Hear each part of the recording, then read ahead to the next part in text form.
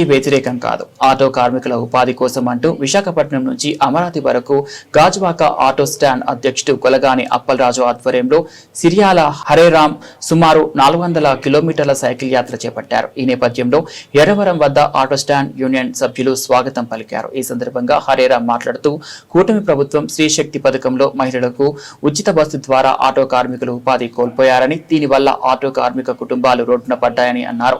మా పరిస్థితులు ప్రభుత్వం గుర్తించి తగు న్యాయం చేయాలని కోరారు. దీనిలో భాగంగా విశాఖపట్నం నుంచి అమరావతి వరకు 400 కిలోమీటర్ల సైకిల్ యాత్ర చేపట్టానని, అమరావతిలో ముఖ్యమంత్రి చంద్రబాబుకు, ఉప ముఖ్యమంత్రి పవన్ కళ్యాణ్ కు, నారా యువనేత లోకేష్ కు మా ఆటో కార్మికుల కష్టాలు నేరుగా విన్నవించుకుంటామని ఈ సందర్భంగా తెలిపారు. ఈ కార్యక్రమంలో వాయుపుత్ర బాలాజీ, ఆటో యూనియన్ నేతలు మత్స్యశ్రీను, షేక్ రహీం తదితర ఆటో కార్మికులు పాల్గొన్నారు. సార్, నా పేరు సిరియాల హరేరాం సార్. నేను ఆంధ్రప్రదేశ్ ఆటో యూనియన్ తరపున గాజువాక ఏరియా 86 ఆటో స్టాండ్స్ తరపున గాజువాక నుండి అమరావతి వరకు కూడా సైకిల్ యాత్ర. ఇది ప్రభుత్వానికి మేము వ్యతిరేకం కాదు, ఉపాధి కల్పించడం, ఆటో కార్మిక ఉపాధి కల్పించడం కోసమే ఈ సైకిల్ యాత్ర యొక్క ముఖ్య ఉద్దేశం సార్.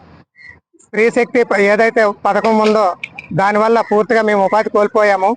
ఆ స్త్రీ శక్తి పథకానికి బదులుగా మాకు స్త్రీలకు నగదు బదిలీ పథకం ప్రవేశపెట్టి ఉపాధి కల్పించవలసిందిగా కోరుతున్నాం సార్.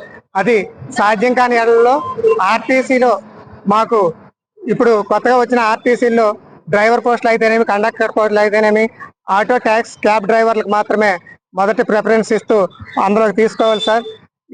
ఈ ఉద్యోగాలు ఇవ్వడం అందరికీ సాధ్యం కాదు కాబట్టి నెలకు 30,000 రూపాయలు వచ్చే విధంగా స్వయం ఉపాధి కోసం మాకు శిక్షణ కల్పించి, దానికోసం మీరు బ్యాంక్ ద్వారా రుణాలు ఇప్పించి, పావుల వడ్డీకి రుణాలు ఇప్పించి మాకు తక్షణమే మాకు ఉపాధి కల్పించే విధంగా మీరు ప్రభుత్వం కోరుతుందని ఆశిస్తున్నాం సార్.